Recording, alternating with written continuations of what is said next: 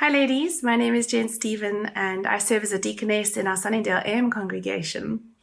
I've been asked to share a little bit today around building as a single, but married ladies, before you tune out, the more I thought about it, actually this is about building family.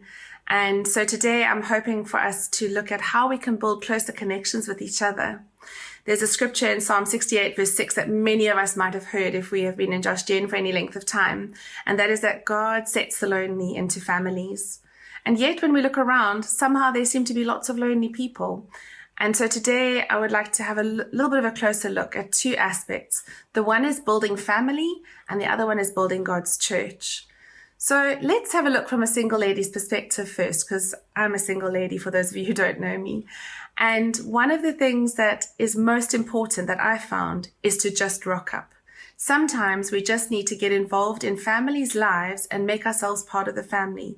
Now, that's not being insensitive to the fact that families have routines, that there's certain times that are awkward to arrive at a family's home.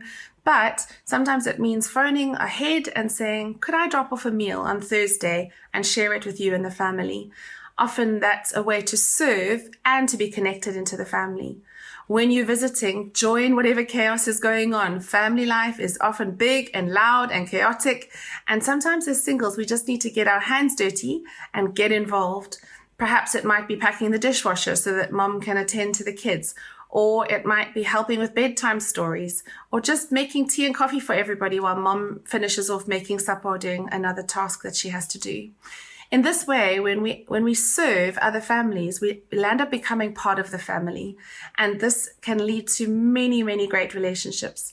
There's a family in Sunningdale AM that I've gotten to know incredibly well. And it started with us laughing over me insisting on packing a dishwasher.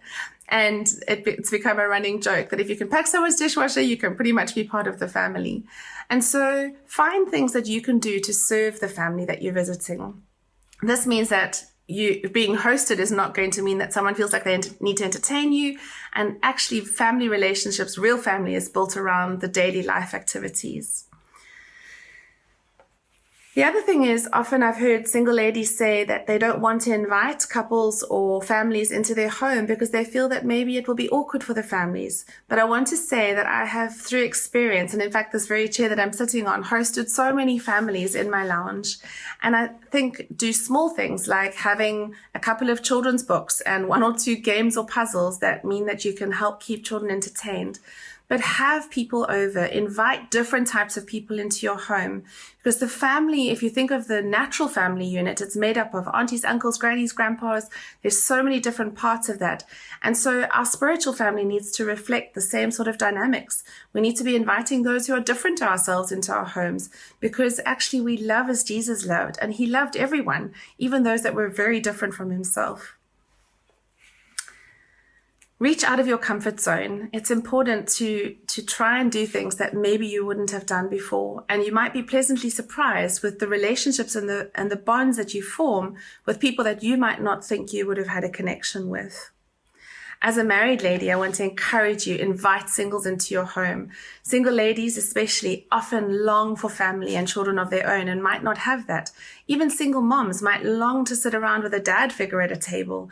So invite people into your home, even if it's chaotic. Sometimes it's the chaos and the laughter and the noise that we need. And so it's super valuable for us to be in each other's spaces and in each other's homes. It also helps us to understand each other and to have better context of where people are coming from. Don't feel the pressure as speakers as single coming to a family home. Don't feel the pressure to put on something that's a 4-course meal with a beautifully laid table. Sometimes it just means sitting at the kitchen counter and eating hot dogs or whatever is on offer for that night. That's real family. It's raw and authentic. The other side that I want to have a look at is building God's church. And I'd like to especially address, as a single lady, often I've heard single ladies say that they're alone or they don't have anyone to talk to. And I just want to say that I feel that this is one of the biggest lies of the enemy, that we are alone and that we don't have covering. I want to say tuck in behind your elders, get in close, submit to your leaders and run hard. One of the biggest lies is that we don't have fathers, or that we don't have those who can help lead us in terms of a husband type relationship. But in the absence of husbands, ladies, single ladies, I want to encourage you, submit things to your elders, obviously appropriately, and draw in the elder's wife as well. But often if you're needing that covering, know that we've got that, and we've got godly men who are able to lead us well in the season that we are in, even though we might feel sometimes that we are isolated or alone. Use your time for the kingdom if you're single. Take time to run hard. We don't have children necessarily to care for, so use time that you have to serve God's people. We need each other. Don't look at a season that you're in and think that you want to be in another season. God has purposed and timed our seasons. So look at the season you're in and say, God, what is it that you are wanting me to do in this time?